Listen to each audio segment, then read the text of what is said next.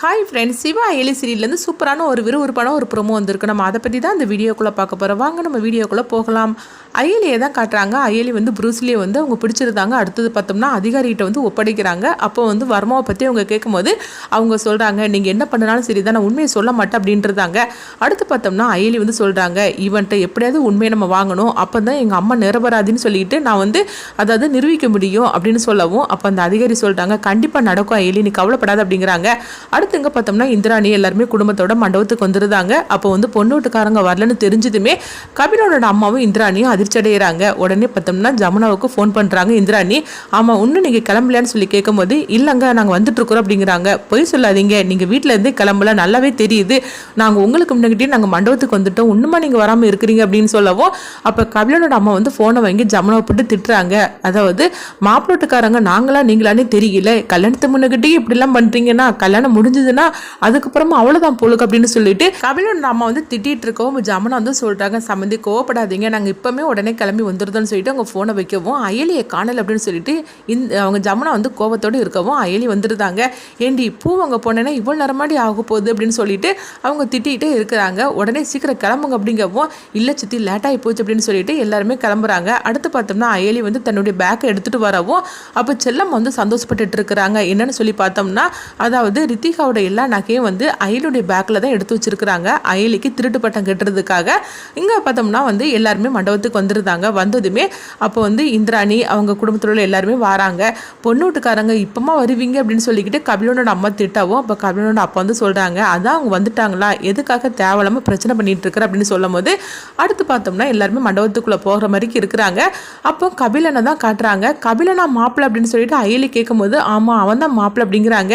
இதை கேட்டதுமே அயலி அப்படியே அதிர்ச்சி அடைகிறாங்க. உடனே அவங்க சொல்றாங்க, இவன் நல்லவன் கிடையாது, இந்த கல்யாணத்தை உடனே நிறுத்துங்க அப்படிங்கிறாங்க. இதை கேட்டதுமே எல்லாரும் அதிர்ச்சி அடைகிறாங்க.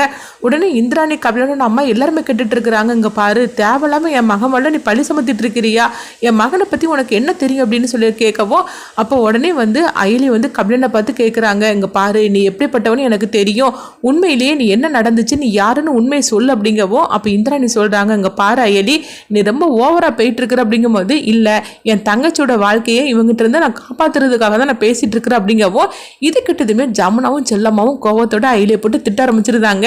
என்ன நீ நினைச்சிட்டு இருக்கிற, என் பொண்ணுக்கு ஒரு நல்ல வாழ்க்கை கிடைக்க போது, அதை தடுத்து நிறுத்துறதுக்காக தானே நீ இப்படிலாம் பேசிட்டு இருக்கிற, ஒழுங்க மரியாதை பெசம் இருக்க மாட்டியா அப்படின்னு சொல்லவும், உடனே கபிலனோட அம்மா சொல்றாங்க, இங்க பாருங்க, உங்களுக்கு இந்த சம்மந்தம் பிடிக்கலன்னா இப்பவுமே நீங்க போயிடலாம், என் பையனுக்கு எவ்வளவு பெரிய சம்பந்தம்லாம் வந்துச்சு, ஆனா ஏதோ நீங்க பாவப்பட்டவங்களா இருந்தாலும் பரவாயில்ல, நல்ல குடும்பத்தில் உள்ளவங்களா இருப்பீங்கன்னு நினைச்சுதான் உங்க பொண்ணை என் பையனுக்கு கல்யாணம் பண்றதுக்காக இந்திராணி ஏற்பாடு பண்ணுனா, ஆனா இவ்வளவு மோசமானவங்களா இருக்கிறீங்களே அப்படின்னு சொல்லவும், இங்க பாருங்க சம்பந்தியம்மா, இவ இப்படிலாம் பேசுவான்னு சொல்லி நாங்க நினைக்கல, இவ பண்ணின தப்புக்காக நீங்க இப்படிலாம் பெரிய வார்த்தை போடாதீங்க, இவளை நாங்க சமாதானப்படுத்துறோம் அப்படின்னு சொல்லிக்கிட்டு அயலியை போட்டு திட்டும் போது அயலி சொல்றாங்க, சித்தி நான் சொல்றதை கேளுங்க, அவன் நல்லவன் கிடையாது சித்தி, நான் சொல்கிறத கேளுங்க, நான் அந்த கல்யாணத்தை நடத்த விட மாட்டேன் அப்படிங்கவும், இப்போ ரித்திகா கோவத்தோடு வராங்க. உனக்கு எவ்வளோ தைரியம் இருந்தால் எனக்கு ஒரு நல்ல வாழ்க்கை, வசதியான வாழ்க்கை கிடைக்க போகுதுன்னு சொல்லிட்டு தானே இந்த மாதிரிக்கெலாம் கல்யாணத்தை நிறுத்துறதுக்காக நீ அவர் மேலே பழி போட்டு பேசிகிட்டு இருக்கிற, ஒழுங்கு மரியாதை பேசாமல் இருக்க மாட்டே அப்படிங்கவும், ரித்திகா நான் சொல்கிறத கேளு, அவன் நல்லவன் கிடையாது அப்படின்னு சொல்லிட்டு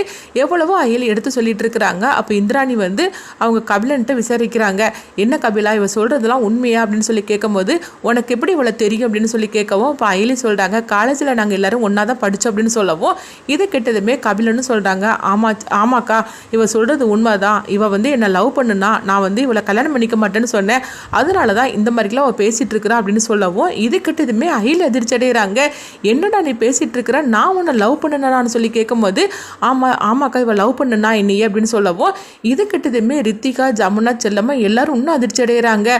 ஓஹோ, அதனால தான் இந்த கல்யாணத்தை நிறுத்துறதுக்காக இவ இந்த மாதிரிக்கெல்லாம் பிளான் பண்ணி வச்சிருக்கிறாளா, என்ன இருந்தாலும் வசதியான பையனாச்சே, அதான் விட்டுறக்கூடாதுன்னு சொல்லிக்கிட்டு தன்னுடைய தங்கச்சி வாழ்க்கையை தட்டு பிரிக்கிறதுக்காக இப்படிலாம் பேசுகிறா போலுக்கு அப்படின்னு ஜமுனா சொல்கிறாங்க, இங்கே பாருடி, ஒழுங்கு மரியாதை இந்த மண்டபத்துட்டு போறியா இல்லையா, இதுக்கு பிறகு இந்த மண்டபத்தில் நீ ஒரு நிமிஷம் கூட இருக்கக்கூடாது அப்படிங்கவோ, அப்போ பத்மாவும் அவங்க அயலியோட அப்பாவும் சொல்கிறாங்க, இங்கே பாரு, என் பொண்ணு பேசுகிறான்னா அதில் ஏதாவது உண்மை இருக்கும் அப்படிங்கும்போது, ஆமாம் ஆமாம் உண்மை இருக்கும், உங்கள் பொண்ணு தான் கபிலன் மாப்பிள்ளையை லவ் பண்ணியிருக்கிறாளா, அதனால தான் அவளே கல்யாணம் பண்ணிக்கணும்னு சொல்லிக்கிட்டு இந்த மாதிரிலாம் பேசி பேசிட்டு இருக்கிறா, இப்போ தானே உண்மை புரியுது அப்படின்னு சொல்லவும் மண்டபத்தை விட்டு வெளியே போட்டுன்னு சொல்லிக்கிட்டு அயலியை பிடிச்சி தள்ளி விடவும் கரெக்டாக அங்கே சிவா வந்து அவங்க அயலியை பிடிக்கிறாங்க.